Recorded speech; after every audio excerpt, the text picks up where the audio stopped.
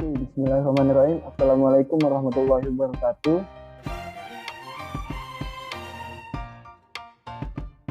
Baik, di sini kami dari kelompok 1 mata kuliah kewirausahaan dengan dosen pembimbing dari Ibu Dr. Diana Amakusuma, SPD MPD. Kali ini kami akan mempresentasikan hasil proyek PKMK. Sebelum itu, perkenalkan, nama saya Firdausian Patomo, NPM 14011019012.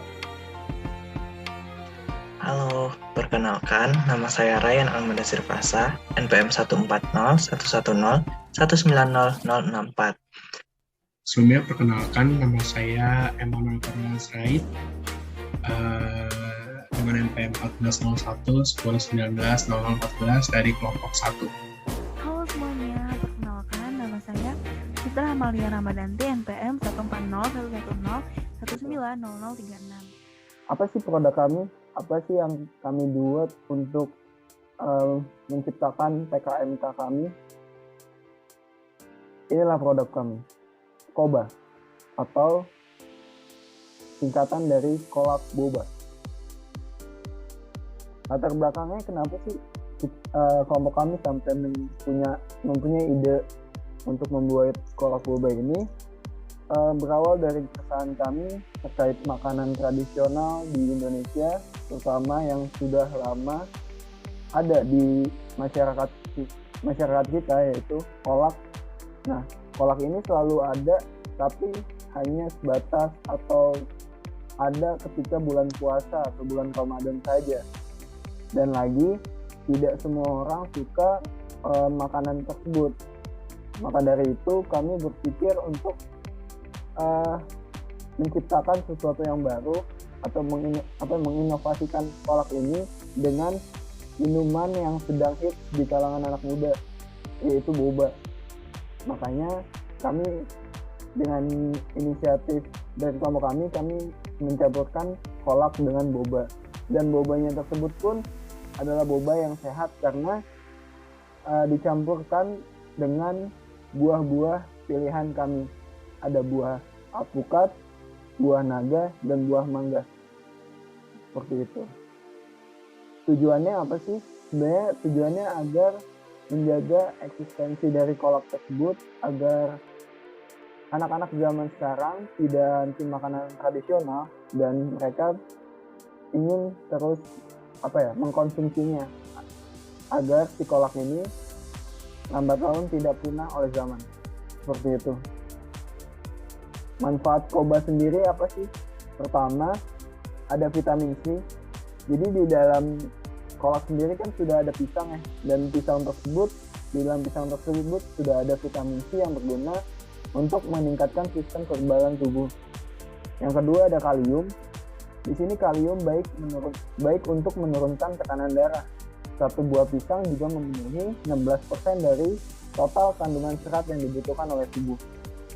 Selanjutnya ada juga lemak.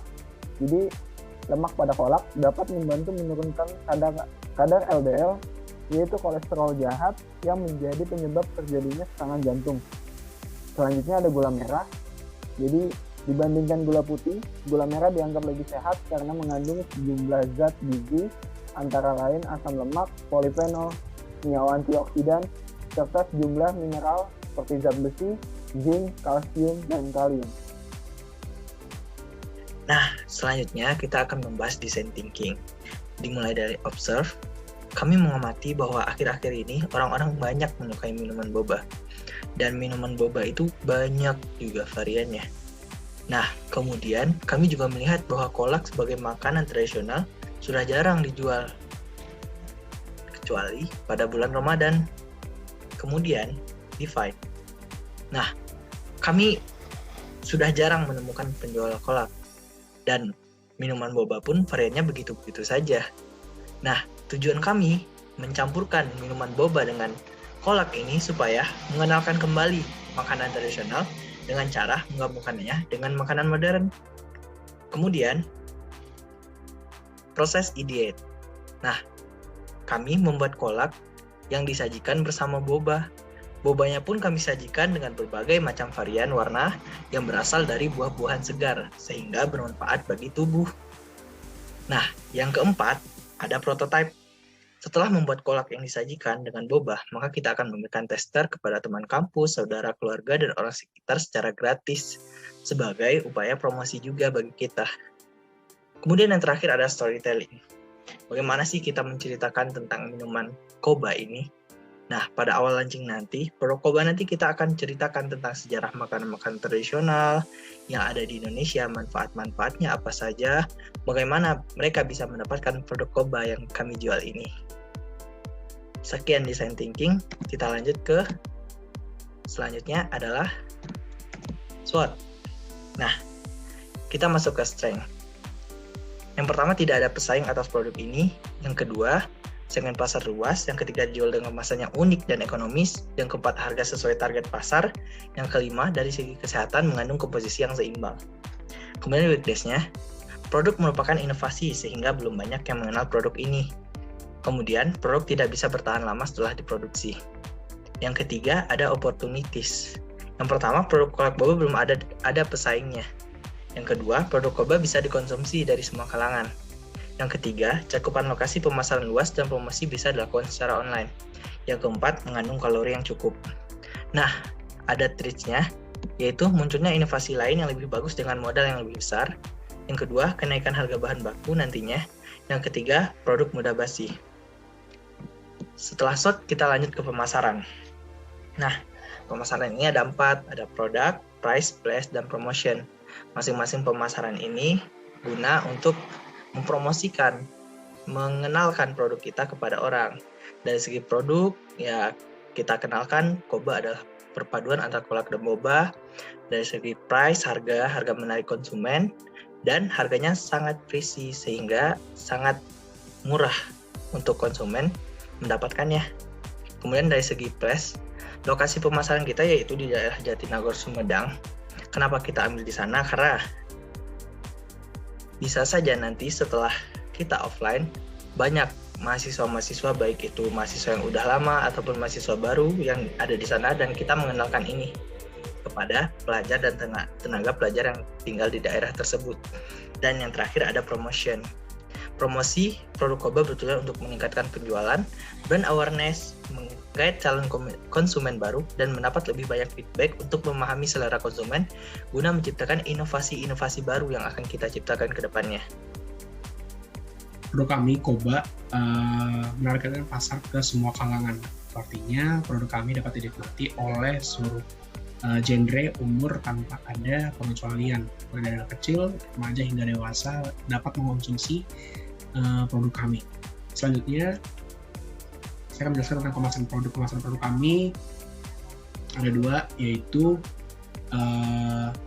pertama yang kita lihat di kiri dulu ada logonya, itu cukup sederhana, ada bulatan, 2 bulatan, lalu ada gelasnya di tengah dan ada nama logo, yaitu Koba, nama produk kami. Sampingnya ada gelas produk, ini sebagai kemasan kami. Kenapa kami memakai gelas? Karena kami menilai untuk masyarakat lebih mudah dan lebih aman mengonsumsi dengan menggunakan gelas agar tidak mudah tumpah juga dan bisa dibawa kemana-mana. Produk kami juga nanti dilengkapi dengan sedotan dan sendok teks. Ini ada bahan-bahan alat, bahannya ada tepung tapioka, air, garam, buah naga, buah alpukat, terus ubi, ada buah pisang juga, ada gula pasir, gula merah, pandan, santan, kolang-kaling, dan jeruk nipis. Untuk alatnya sendiri cukup mudah ditemui di dapur ya, ada kompor, panci, kertas selfie, dan pisau. Terima kasih. Bagaimana sih cara membuat kolak boba ini? Yang pertama pastinya kita membuat bobanya dulu. Yang pertama, masukkan air panas pada tepung tapioka dan garam, kemudian campur rata sampai kalis. Selanjutnya, masukkan jus naga dan jeruk nipis ke dalam adonan tepung, dicampur rata dan dibentuk bulat-bulat. Kemudian, rebus bobanya ke dalam rebusan air panas sampai matang. Biasanya boba yang matang akan naik ke permukaan air lalu diangkat. Masukkan boba yang matang di larutan gula agar tidak menempel. Setelah bobanya jadi, kita lanjutkan untuk membuat kolak. Yang pertama, rebus santan cair dengan gula merah. gula pasir, daun pandan ikat, dan garam.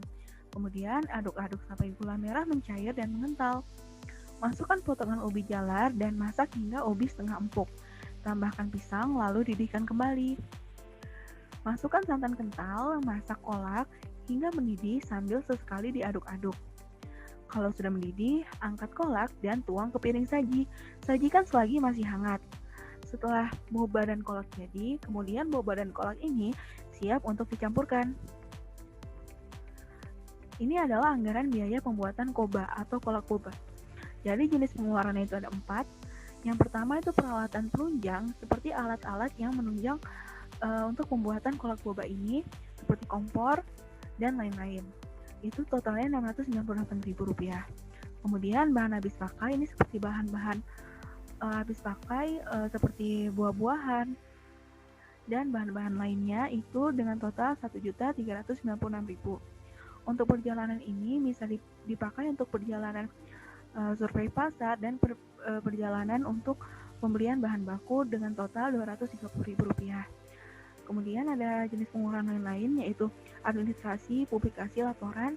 Lain-lainnya ini bisa seperti booth kontainer untuk lapak penjualan, meja kursi, dan lain-lain senilai Rp5.172.000. Jadi total jenis pengeluaran 4 jenis pengeluaran ini adalah Rp7.496.000.